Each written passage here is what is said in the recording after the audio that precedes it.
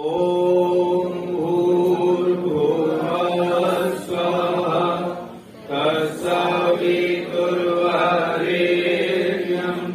भर्गो देवस्य धीमहि धियो यो नः प्रचोदयात्।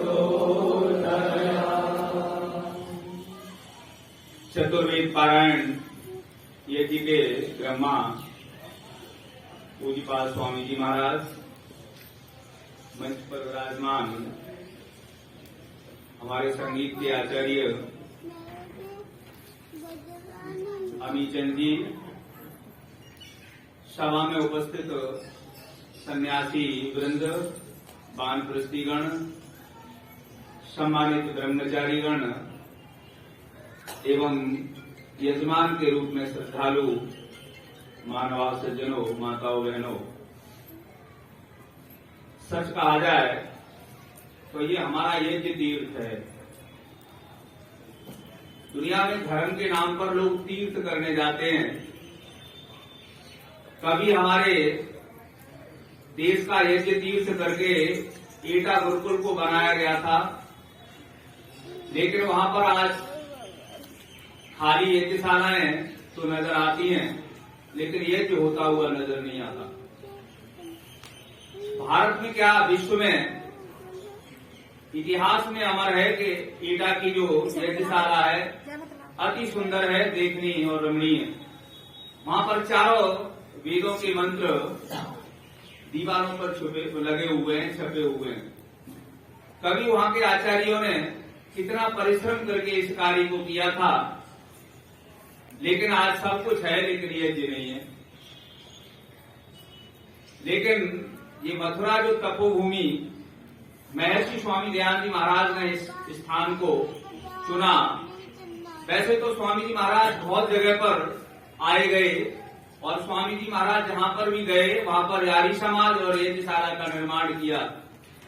बहुत सारी जगह हैं जहां पर यज्ञ विधिवत तरीके से हो रहे हैं, लेकिन मैं पूरे प्रदेश में घूम करके, क्योंकि प्रचारक होने के नाते मैं भी कई जगह आना जाना होता है, लेकिन यज्ञ तीर्थ के रूप में अगर हमारे सभी आर्यों का अगर कोई यज्ञ तीर्थ है तो वो मथुरा और वृंदावन का ये परम धाम है।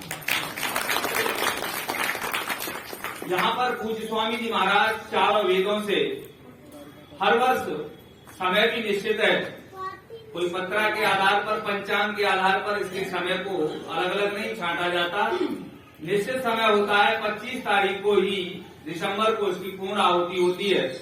पूज्य स्वामी जी महाराज यहाँ पर बहुत सारे क्रियाकलापों को और निर्माण की दृष्टि से इतने ब्रह्मचारियों का निर्माण कर रहे हैं। गुरुकुल की दृष्टि से भी सबसे बड़ा काम इस धरती पर हो रहा है। स्वामी जी महाराज को जो बीच का समय बचता है, महीने में एक दिन हमारे सिरसानंद को देते हैं और मासिक सत्संग भी यहाँ पर होता है। यहाँ पर सभी आर्य और वेदीजन बैठे हुए हैं। उपदेश तो पूज्यपाद स्वामी जी महाराज से सुनेंगे, लेकिन मैं आप लोगों से निवेदन करना चाहता हूँ कि आज गांव और समाज में वेद और यज्ञ के प्रचार की महती आवश्यकता है।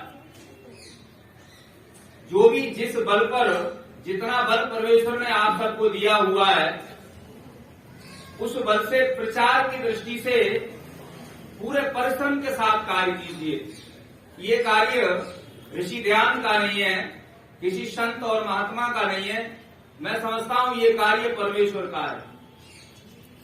और आर्य समाज की संख्याएं चाहे घट रही हो या कुछ मतलब कामयाबी उस तरह से न मिले, लेकिन एक दिन समय अवश्य आएगा, जैसा कि सब जगह हम पढ़ते रहते हैं कि सत्यमेव जयते। अच्छा, जब सत्य की विजय होगी, सत्य की जय होगी, तो वेद से बढ़कर के दुनिया में और कोई सत्य नजर नहीं आता। और पूजा पाठ और कर्म कांड के नाम पर लोग नाना प्रकार से मनगढ़ंत अपने क्रियाकलाप कर रहे हों, लेकिन यज्ञ से बढ़कर के कोई भी पूजा दुनिया के अंदर और किसी शास्त्र के अंदर नहीं है। जिन घरों के अंदर यज्ञ होते हैं उन घरों के अंदर स्वर्ग उपस्थित रहता है, नहीं तो ये पूरी हिंदू जाति मरने के बाद स्वर्ग की कामना करती है। और मरने पर लोग कहते हैं कि स्वर्गवासी हो गए, इसका कोई एफिडेविट नहीं है, कोई गारंटी नहीं है, कोई पत्र और पत्रक नहीं है कि स्वर्ग में ही सारे लोग पहुंचते हैं। लेकिन ये मैं निश्चय कहता हूं कि जिनके घरों में यज्ञ होते हैं और दैनिक होते हैं, साप्ताहिक होते हैं, किसी तरह से यज्ञ की रक्षा आप सब लोग कर रहे हैं, तो आप निश्चय रूप से स्वर्ग में निवास कर रहे हैं। मैं आर्य समाज सिरसागंज का धर्माचार्य 15 वर्ष से कार्य कर रहा हूं। आज हमारे बीच में महाशय जो हम उनके साथ आया करते थे, महाशय ओम शरण जी आर्य, उनका पूरा परिवार और हमारे सभी कार्यकर्ता अधिकारीगण आए हुए हैं। मैं समझता हूं आर्य समाज सिरसागंज पूरे क्षेत्र और समाज के लिए, चाहे किसी भी आर्य समाज में शिथिलता किसी प्रकार की आई हो, लेकिन हम पूरे बल के साथ कार्य कर रहे हैं। और पूरे सिरसागंज के अंदर और गांव समाज के अंदर ऐसा कोई गांव नहीं होगा जहां पर आर्य समाज की धूम और वेद के प्रचार की गति ना पहुंची हो। पूज्य स्वामी जी हमारे पास बैठे हुए हैं, इंद्रपाल जी आर्य आज इंद्र के मुनि के रूप में है, इनका भी आश्रम है। आपके आश्रम पर दैनिक यज्ञ होता है और वहां पर भी आप गांव समाज के क्षेत्रों में कहीं कहीं प्रचार करते रहते हैं।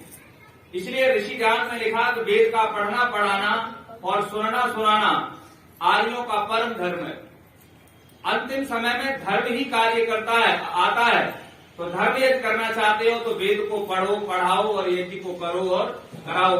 मैं पुनः स्वामी जी महाराज के चरणों में नमन करते हुए आप सबका हृदय से धन्यवाद करते हुए मैं ईश्वर से प्रार्थना करता हूं कि ये वेद और यज्ञ का प्रचार प्रसार पूरे भूमंडल पर फैले और आर्यों का फिर साम्राज्य जागे। इन्हीं भावना कामना के साथ आप सबका बहुत